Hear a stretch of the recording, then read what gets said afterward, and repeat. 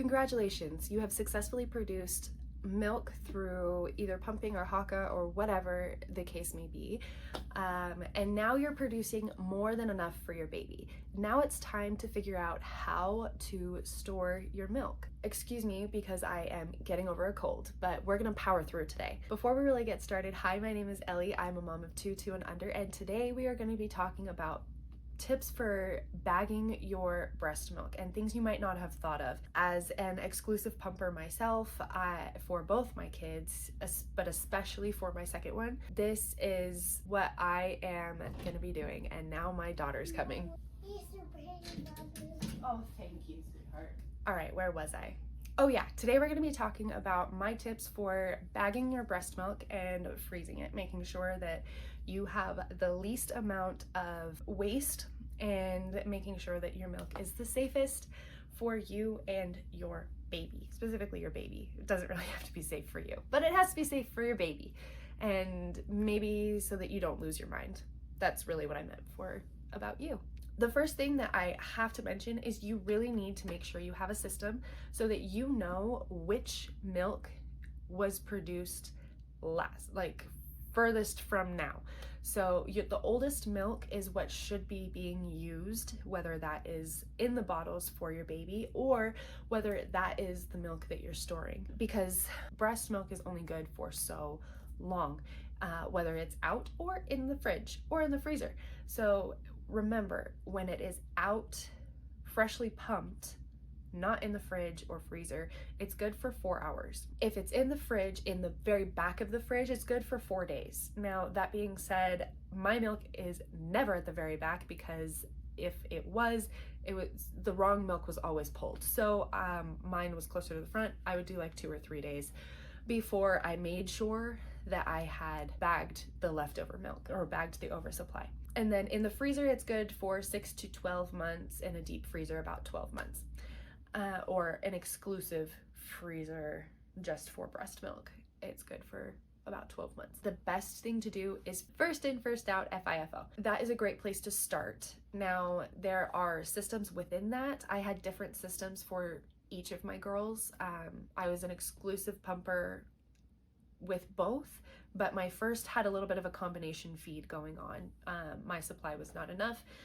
Starting about 4 months, we had to start supplementing my older daughter with formula. So that was a different ball game entirely, figuring out when to give. Yeah, anyway, so you need a system that works for you and your family. That's important, especially if you are expecting help from another caregiver or your partner.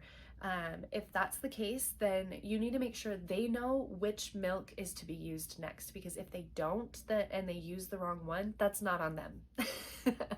It was something that I had to make sure I understood so that I wasn't getting mad at my husband for feeding the baby, basically, which with raging hormones, that can happen. And trust me, you don't want that to happen. Something that you need to keep or be aware of is every time you transfer milk, you're going to be losing some. You're not going to get all of the milk from each of the containers that you use. So if you're going from a pump to a pitcher to a bottle to a bag to a bottle again, that's 1 time, 2 times, 3 times, 4 times. 4 times that you're transferring the milk, and therefore you're losing milk each time.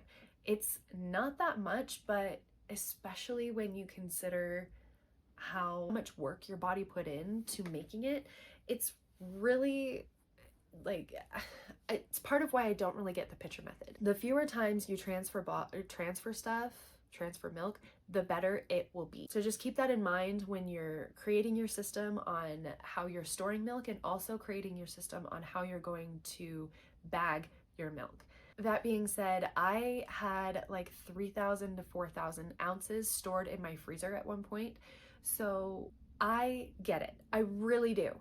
I understand, like, making sure that you have this precise amount of milk that you're storing, of milk in each bag, and things like that. So yes, I am definitely of the opinion that it needs to be measured in a bottle, the same kind of bottle every single time, so that when you store the milk, you know what's in it. When you store it in the bags, you know what's in it. That being said, you also have to decide which bag or storage container you want to use. So there are reusable options for storing breast milk. I don't think they are feasible for like big storage, but for smaller storage, I think that's great. So if you have just like a mini supply for like a couple of days, that's fine.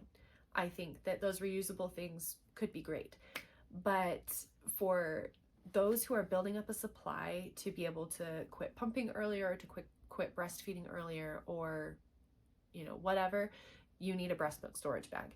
So there are many options. Many different brands make these bags, and each brand or some of the brands have more than one kind of bag that have different qualities and things that make them unique. I personally like the Last No bags because they freeze very flat and they make really nice milk blocks to put in the freezer. Now, that being said, those bags freeze really flat because the bags themselves seem kind of thin to me.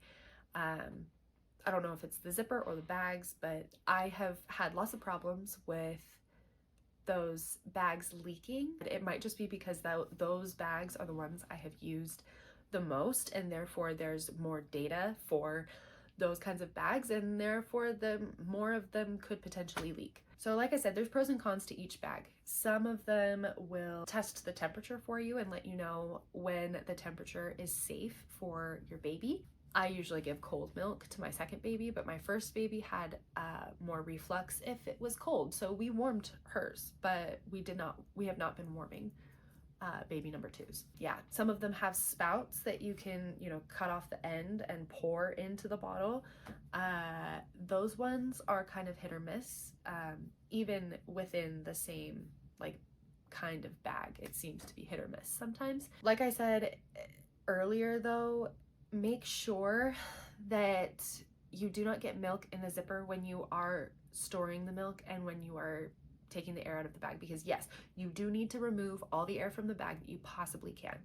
So there are several different ways to do it. You can use a table to do it. You can squish the milk right up along the zipper and zip it in. That way is much more likely to get get milk in the zipper. And when you do that, since the milk is mostly made of water, it expands.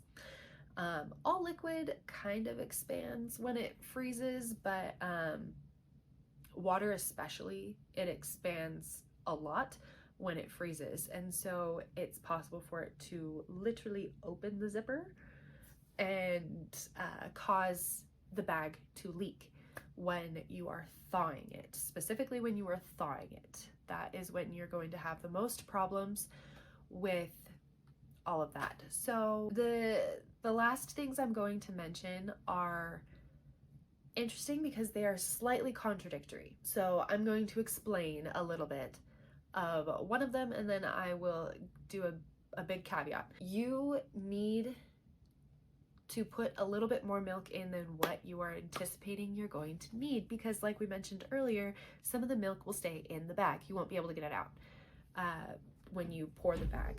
That being said, you cannot overfill it too much, because if you do that, there's a higher chance for it to leak. If you're talking the max for the bag.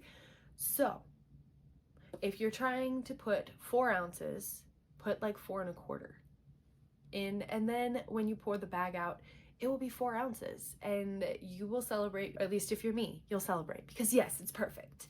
Now you have to be careful with the 6-ounce bags and putting 6 ounces in them. That is what I do.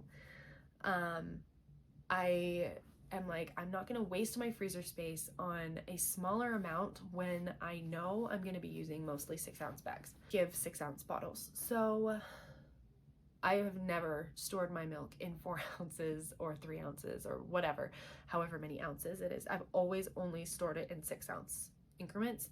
You have to be careful, because if you overfill the bag more than what the capacity states, at least by too much, then you're gonna have problems with the bag. It's going to be more likely that it will leak, and then you're gonna have problems. those are my tips for how to make sure that you're not going to lose your mind while you are bagging your milk. Remember, you can do this. You are super mom, regardless of how you feed your child. Your baby loves you. You deserve all the praise in the world. So if you enjoyed this video, you might enjoy this one. It is all about sippy cups and what has worked for our family. Well, sippy cups and cups that have worked for our family. I will see you in the next one. Bye.